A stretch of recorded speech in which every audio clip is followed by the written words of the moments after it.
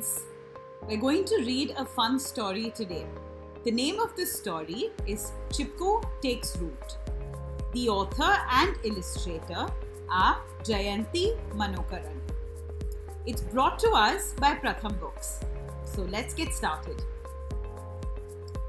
Dhum, dodaka, dhum, dodaka, dhum, dodaka, dhum. High up in the branches of her tree, Dichi plays on her dholak. Her three brothers clamber up the same sturdy tree while their sheep jostle and bleat in the meadow below. Dichi! Echoes Dada's voice through the chir, pine, deonar and ash trees. Come! We must visit your grandmother across the river. Boys, bring the sheep home safely. Can't we come too? Begged Sham. Next time, says Dada firmly.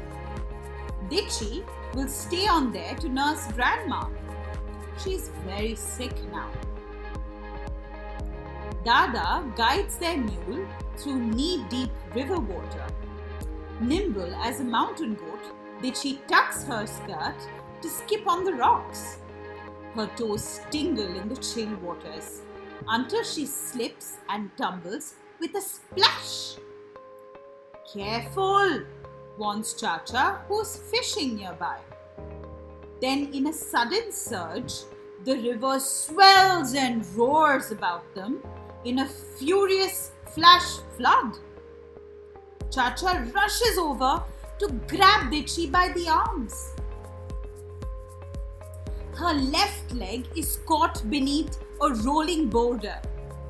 Dada's figure is a blur, his voice muffled by the raging waters. Caught in a current, the mule swims and staggers to the side, its burden toppled and swept away. Chacha can barely keep his balance in the deluge as he tries to extricate Dichi's legs from below the obstinate rock. Drenched in muddy water, he musters all his strength to yank Dichi out. His powerful shoulders carry her back to Ma, who crouches sobbing over her bedraggled daughter. Sharp needles of pain shoot up Dichi's left leg. Enveloped by a fit of trembling, she faints. Leaving Dichi with her horrified Ma, Chacha charges back for Dada. But Dada never returns. Cold fingers of fear clutch at Dichi's heart when they bring his body home from the river. Dichi hears of the sports goods company that felled their chir, pine, deonar and ash trees to make cricket bats and other sports stuff. Why do they chop our forests? Can't they see the landslides thunder down from the mountainside? The fierce flash floods that carry away the poor folk? Those floods took her Dada and the power in Dichi's left leg. She now has no sensation in it below the knee. Can Dichi ever forget those icy river waters?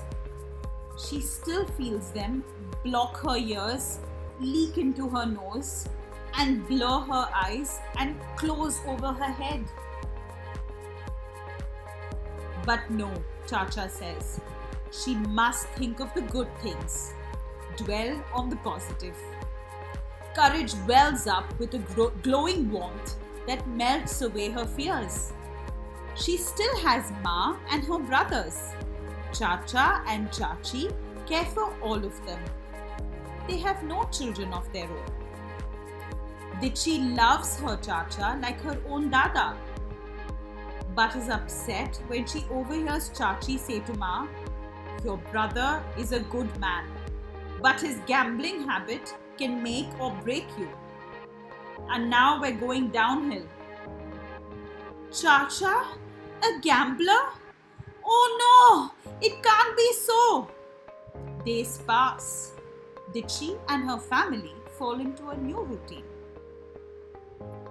Ditchy sits on her ash tree, glancing down at the two rugged crutches that lie on the grass below. Chacha made them for her from her mighty ash. My branches are thin and fat and long and short, whispers her ash. But I'm strong. Ditchy climbs higher to peer into a bird's nest. She trails her fingers after a row of ants and sniffs the cool scent of the ash leaves. You're my ash tree, Chacha says. I'm just like you, sturdy as a yak. With these crutches, I'll be strong and fierce as a yeti.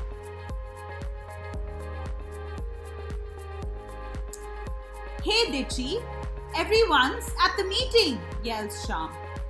Quick as lightning, Ditchy slides down, picks up her crutches and follows him to the vast shady tree where the villagers gather around Gauri, a village elder. We may be illiterate, but we are wise folk, says Gauri. We will not allow them to auction our precious trees to any company.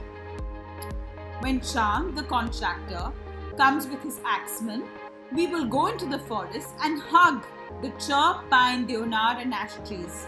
There will be no violence. The villagers troop into the forest, chanting their Chipku slogans. Ditchy grabs her dholak to boom along with the chant of the children who bounce around like rubber balls. Dhum dhadaka, dhum dhadaka, dhum dhadaka, dhum. What do these forests bear? Shouts Ditchy. Soil, water and pure air, chorus the children, following her with a hop and a jump. But a cluster of uniform axemen are there before them.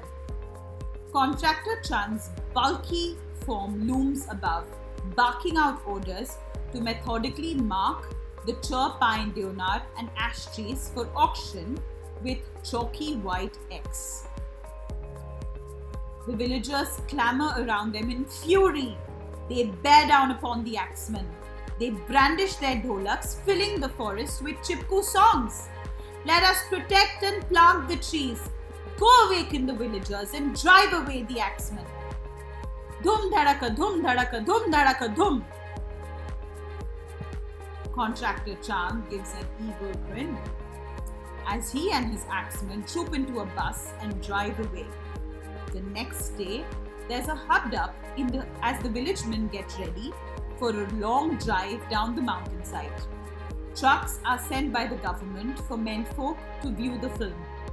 A sudden threat that can't be ignored, as movies are rarely seen in these parts. The women are busy weaving. The village school is abuzz. Children learn new Chipku slogans, draw chir, pine, deonar and ash trees on their slates, beat their dholaks and dance. Soil ours, water ours, these forests too. Our forefathers raised these, it is we who must protect these too. Dhum dhadaka, dhum dhadaka, dhum dhadaka, dhum. After school, Ditchy and her brothers take the sheep into the forest to graze. Along with the other village kids, they hug the chir, pine, deonar and ash trees. Their cheerful voices fade as the sun dips into the horizon and the children head back to the village with bundles of firewood on their heads. Ditchy lingers to close her eyes and leans on her favorite tree. Its feathery leaves calm her. The smooth bark cools her cheeks. It seems to whisper to her. No one must take away my ash, thinks Ditchy firmly. Time stands still. All is right with the world. But these tranquil trees are all aflutter when from their bosom parrots squawk and take wing in a flurry of green feathers. Squirrels burst out of the undergrowth in a frenzy. With a screech of brakes, a bus jolts to a stop beneath the cliff. Spattered with mud, it is enveloped in a cloud of dust. Ditchy peers through the curtain of leaves. Men troop out in a single file. Their khaki uniforms are scruffy, their axes glint as they head towards her forest with its cher, pine, deonar and ash trees. Burly Chand follows. Their footsteps echo down the mountainside. Help my ash! They can't cut my ash! Dichi slips off the branch to slither down the steep mountainside. Panting, she throws her clutches over the gentle slope of the green to roll after them. Rumble, tumble, thump, rumble, tumble, thump. Dichi's heart booms like the dholak. Thum dadaka, thum dadaka, thum dadaka, thum dadaka, thum. I need help. Dichi flounders, gropes for her crutches and totters home. Ma! She gasps. Ma rushes out to wrap her protective arms around her as she crumbles like charred wood in a bonfire. Ma! My ash! They're cutting it! Who, child? Talk slowly. Here, drink this water. They came in a big bus with axes. So many men. Huge men with sharp axes, Ma. Oh no, it's the contractors' men. Come to chop our trees, quick. We have to do something. You wait here, I'll gather everyone, says Dichi, catching her breath, squaring her shoulders. Women and children rush to rally around with dholaks. We've got to do something, Contractor Chand. Tricked our menfolk into going away, Ma says, wringing the edge of her fantu. How do we stop them without our menfolk? We'll show them, but remember, absolutely no violence, says the village elder Gauri, who's Ma's best friend. Dichi's heart booms along with her dholak. Dhum dhadaka, dhum dhadaka, dhum dhadaka, dhum. Chipko, she yells. Hug the trees, holler the women and children till their throats ache for a drink of hot buttered tea. The forests throb with the wails of the cher, pine, deonar and ash trees. What do the forests bear? Shouts Dichi, raising her fist high. Soil, water and pure air, chorus the women and children. The X that marks each tree to be cut feels like a gash, a wound that'll never heal. My ash, what will I do without you? Dichi's trembling fingers scratch at the bark to erase the X. You can't cut my ash, she says fiercely, wrapping her arms around the trees. Move out, rasps Contractor Chand, pulling her away roughly. Dichi whirls to stamp her feet. Her eagle eyes scrutinize the axemen who crowd around. They look tired and weary as her gaze fixes on one figure hiding behind her tree. His eyes drop to the ground. Dichi's eyes widen. Chacha? You too? There's a hush in the woods. Chacha slumps to drop his axe with a chink. I have a gambling debt. I'm out of work, says Chacha lamely. Dichi and her brothers rush to hug him. Chacha, we'll work and help you repay your debts. I can weave a shawl and sell it, says Dichi. I'll work at a soap unit, says Ram. I'll work at a watermill, says Sham. Chacha's head drops. A teardrop glistens in his eye. He throws off the shirt of his uniform, picks up Dichi's dholak. Dhum dadaka, dhum dadaka, dhum dadaka, dhum dadaka, dhum. What do the forests bear? Booms Chacha and Dichi. Soil, water and pure air, chorus the women and children.